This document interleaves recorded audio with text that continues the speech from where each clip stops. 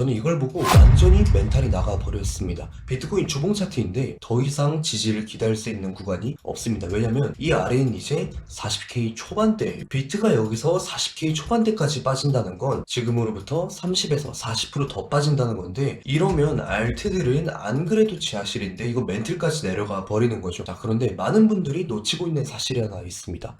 이 채널이 아직 안 깨졌다는 거예요. 더군다나 이건 주봉상에서 보여지는 초장기 채널입니다. 정말 여러 번 두들기지 않는 이상 지지의 강도가 매우 강합니다. 현재는 이 채널이 형성된 이후로 첫 번째 테스트이기 때문에 아직 지지를 해낼 힘을 가지고 있습니다. 제가 코스피 차트로 예를 한번 들어볼게요. 해당 고점 2개와 여기 아래 있는 저점 하나를 이용해서 장기 채널을 그려볼 수가 있는데요. 보시면 한 번, 두 번, 세 번째 저점까지는 아직 지지의 힘이 강한 것을 우리가 볼 수 있습니다. 반면에 고점 부근은 한 번, 두 번, 세 번, 네 번째 고점까지 그리면서 너무 많이 두들겼죠. 이러면 저항의 강도가 약해지고 그와 동시에 다섯 번째 때 상방 돌파한 것을 우리가 체크해 볼 수 있죠. 비트코인도 유사하게 저점은 아직 한 번, 두 번, 세 번째 테스트이고 고점 라인은 한 번, 두 번, 세 번, 네 번째 형성되면서 저항이 많이 허물어진 것을 볼 수 있습니다. 그러면 바닥 라인은 지키되 상단 라인은 뚫어주는 이런 흐름을 우리가 기대해 볼 수 있겠죠. 물론 코스피랑 아예 똑같이 간다라고 보기엔 너무 부족한 점이 많고, 이건 제가 채널의 특성에 대해서 설명드리기 위해 예시로 든 것입니다. 그래서 아직 장기 채널이 하단부 라인의 지지가 건재하다는 것을 체크해 보시면 좋을 것 같네요. 그리고 이제 우리가 추가적으로 볼 건 하필 이 채널 하단부 근방에서 거래량이 크게 터졌다는 거예요. 이게 어느 정도로 크게 터진 거냐면 하락세 중에 터진 거래량으로는 근 3년간 거의 최대치입니다. 정말 다행인 거죠. 왜 와요? 매수 주문이 여기서 굉장히 크게 들어왔다는 거예요. 거래량은 매도와 매수가 짝지어져서 거래가 체결된 그 양입니다. 하락하고 있을 때 당연히 매수가 턱없이 부족하고 매도가 훨씬 많았기 때문에, 파는 물량이 많았기 때문에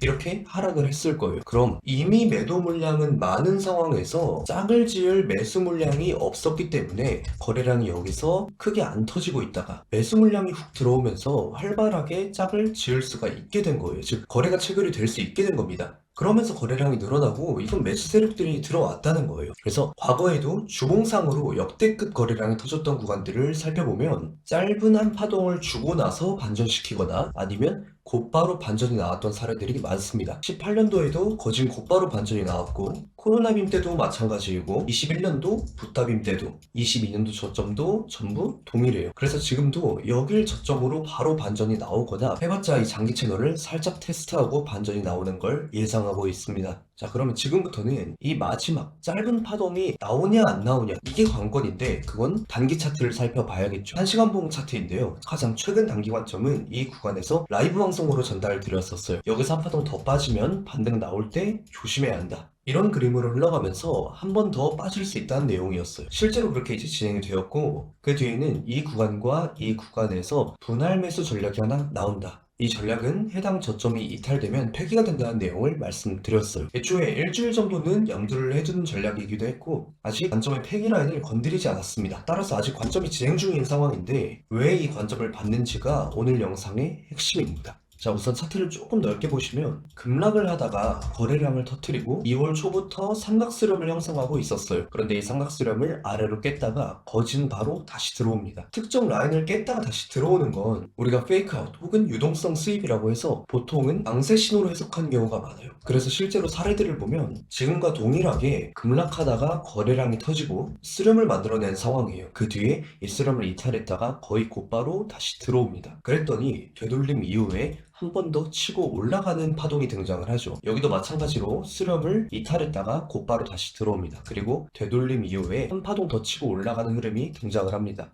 여기도 마찬가지로 수렴을 아래로 이탈했다가 곧바로 다시 들어옵니다. 그리고 되돌림 이후에 한 파동 더 치고 올라가는 흐름이 등장을 합니다. 여기도 마찬가지로 수렴을 아래로 이탈했다가 곧바로 다시 들어옵니다. 그리고 되돌림 이후에 한 파동 더 상승하는 흐름이 만들어집니다. 그래서 현재도 수렴을 아래로 이탈했다가 곧바로 다시 들어왔기 때문에 이 되돌림 이후에 한 파동 더 상승하는 이런 흐름을 예측해보고 있는 겁니다. 그래서 저는 현재 시점에서 63K만 이탈하지 않으면은 웬만해서는 한 번 더 올려주지 않을까라고 보고 있는데, 자, 그런데 여기서 진짜 중요한 건 만약에 실제로 올라왔을 때 여기 있는 72.3K 고점을 건드려주는 것이 되게 중요합니다. 그래야 전체적인 흐름에서 봤을 때 저점과 고점을 한 차례씩 높여주는 이런 구조가 형성이 되고, 이게 더 큰 상승 추세의 시발점이 될 수 있어요. 이렇게 하락하다가 저점과 고점을 한 차례씩 높여주는 구조가 등장을 하고 나서 상승 추세가 이어집니다. 이렇게 하락하다가 저점과 고점을 한 번씩 높여주는 구조가 등장을 하고 나서 상승 추세가 이어집니다. 여기도 마찬가지로 하락하다가 저점과 고점을 한 차례씩 높여주는 구조가 등장을 하고 나서 상승 추세가 이어집니다. 물론 이게 100%는 아니지만 지금 상황에서 저점과 고점을 높이는 이 구조가 만들어져야 이후로 상승 추세가 등장할 가능성이 더 높아진다는 거예요. 아까 봤던 삼각수렴 사례들도 보시면 이 세 번째 패턴을 제외하고는 추가적인 저점 갱신 없이 바로 올라갔습니다. 바로 올린 패턴들은 수렴의 최상단 부분을 한번 뚫어주면서 저점과 고점을 높이는 구조를, 저점과 고점을 높이는 구조를 만들었었죠.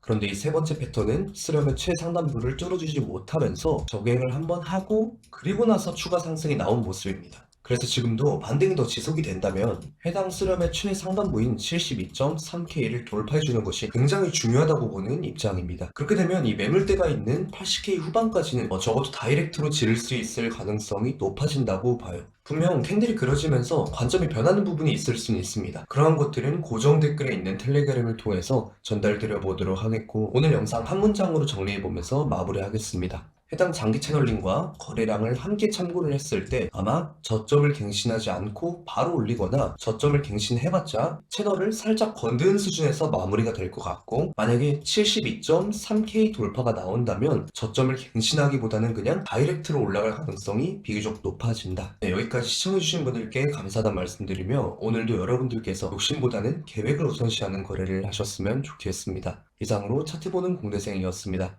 감사합니다.